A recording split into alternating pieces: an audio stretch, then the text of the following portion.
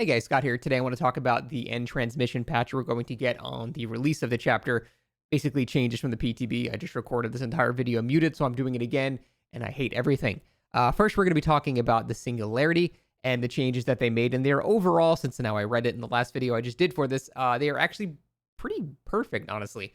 So the main issue with the Singularity was that the EMPs, to players that knew how to acquire them and knew how to counter the killer, the EMPs were too prevalent. Now, you needed to keep EMPs strong while you have them. Otherwise, the killer is relentless and you just can't get away from them ever. You need to be able to use EMPs mid-chase, and I'm glad they didn't nerf that aspect of it. What they did need to nerf was how many EMPs there were and how quickly you could get them. And that's exactly what they did. They made them less prevalent by reducing the amount of cases around the map to 5. It used to be 7. Basically, you could just go on small maps, you could walk 5 feet, and there's just another EMP. It was super aggravating. So they reduced that by 2, which is significant. That is a significant nerf. Or I guess buff for the killer, depending on the way you're looking at it. Now they also take 10 seconds longer to prime themselves. Now, if they're already primed, you can still get them immediately. So that's still going to be frustrating when it happens, but at least it takes a bit longer to get to that point now. So anything to reduce the prevalence of EMPs, I think, is great, while at the same time not nerfing the physical function of them is a good idea.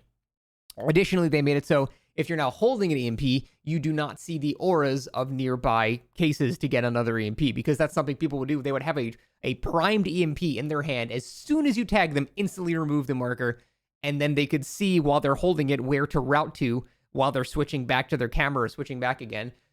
They can immediately see where a new one would be, and they would just go pick that one up and do the same shit again mid-chase. It was very frustrating. So now at the very least, you can't plan in ahead like that. So you are going to get basically one guaranteed easy EMP per chase, but getting another one mid-chase is going to be a lot harder now, which I think is good. So overall, these two changes are excellent. Are they going to be enough? I'm not sure. Are they too much? I don't know. These are things that we need to test in the actual game, but I'm really happy to see that they took the main complaints about EMPs and acted on those, because that's really the correct way to do it. They needed to not make the EMPs themselves weaker, but just make them less prevalent. So that's honestly great. They also made the feedback when you switch to a camera that's been EMP'd a bit more clear. That's another complaint I had specifically, because the only thing that changed was the reticle would go from green to red. Now they added a bunch of very obvious effects. It's a red glow. The screen is tinted red. It's going to be instant neuron connection in your brain as soon as you switch. Hey, switch back. You can't use this. So that's good. Pretty much all of these things are things I asked for, and they did basically everything. So I could not be happier with the decisions that they made here. I think these are all very, very smart changes. Next, Executioner. They basically just went back on the change where you hit someone with your power and they're tormented.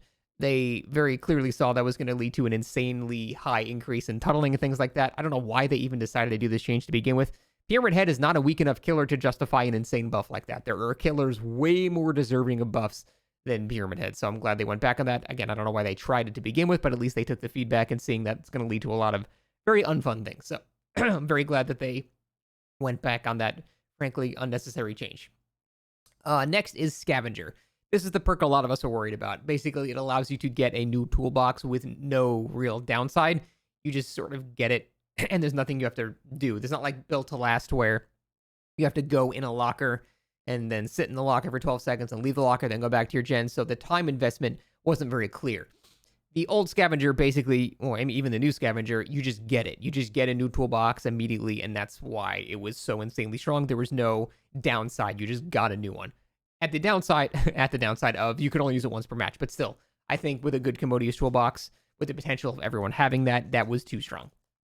Now, what they did is very interesting. They changed the entire flavor of the perk. So now you can use the perk an unlimited amount of times, which means you can just keep replenishing your toolbox over and over again. However, when you do replenish the toolbox, now your gen repair speed is reduced by 50% for 30 seconds, which sounds like a lot until you realize the toolbox is giving you that 50%. So if you want to stay on the generator and just keep working on it, you're welcome to do that, and there won't really be much of a downside for the entire time the toolbox lasts. But what this perk is trying to incentivize people to do is be efficient with their time. So now, much like Built to Last, where there's a thing you have to do to get that, now you have the option to stay on that generator if you want to, and you'll get a net neutral. But at the same time, if you want to be efficient and use that time after you replenish your toolbox to go heal or pick up a teammate or boon a totem or save someone on the hook or get chased or take aggro or body block or whatever, if you use your time smartly like that, this will actually give you more value than it used to, because now you can do it multiple times. And if you're not working on gens when you have that debuff, you're only getting uptime, which is going to be really good. Now, obviously, you can't always do that, which is why you have the option to make it neutral by negating the 50% with your new toolbox that you just got back, because that's also plus 50%. But smart use of your time will make it so when you are on generators that you're way faster, and you have the option to still stay on them and be neutral if you want to. So at the very least, I can't tell if this is underpowered or overpowered, but at the very least, it's interesting. It's cool. It's a new type of thing you have to think about when playing Survivor, and I like perks like that. So I think that's a really interesting change, and I'm not sure how that's going to go balance-wise, but I like that they tried something cool. Next, machine learning. This is where when the gen that you kick becomes completed, you would get haste for a certain amount of time. I believe it was 30 seconds. They buffed the haste effect to 10% now, which is no joke. 10% haste is absolutely massive. If you've ever had 2 stacks of play with your food, it basically cuts off an entire loop on most chases.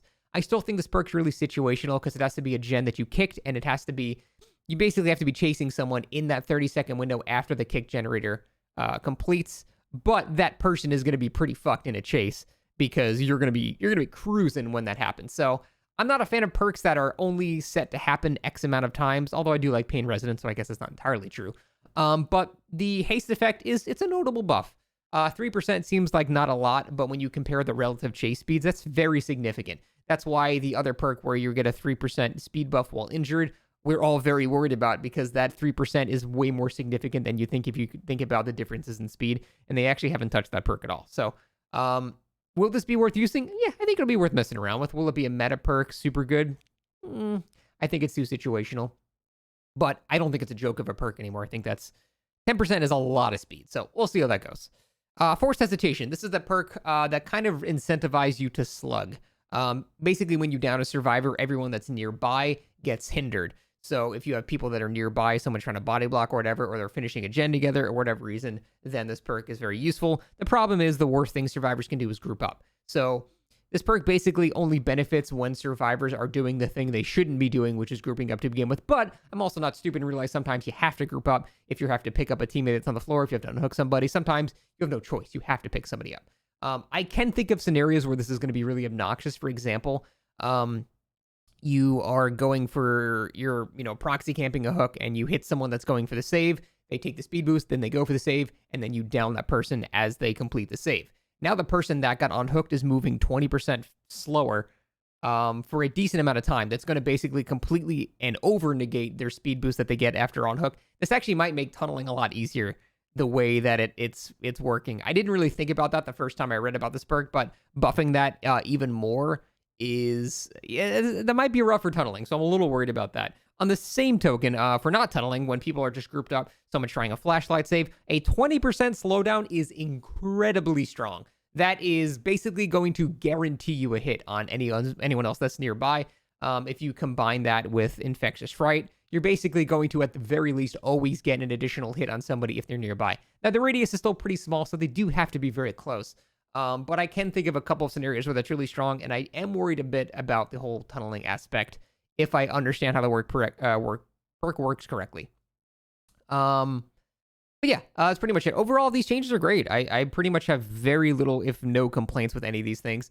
I think the Singularity will be in a much less frustrating spot to play now, while still retaining the same counterplay when the survivor does have an EMP, because they can immediately break it. So it makes it more less frustrating for the killer, but the survivor also is able to counter it when they are being chased. It just takes longer to get that counter now, which I think is the whole correct way to change it. So overall, great changes. I'm looking forward to it. I'm looking forward to playing the Singularity. He was really fun, barring the EMP issue.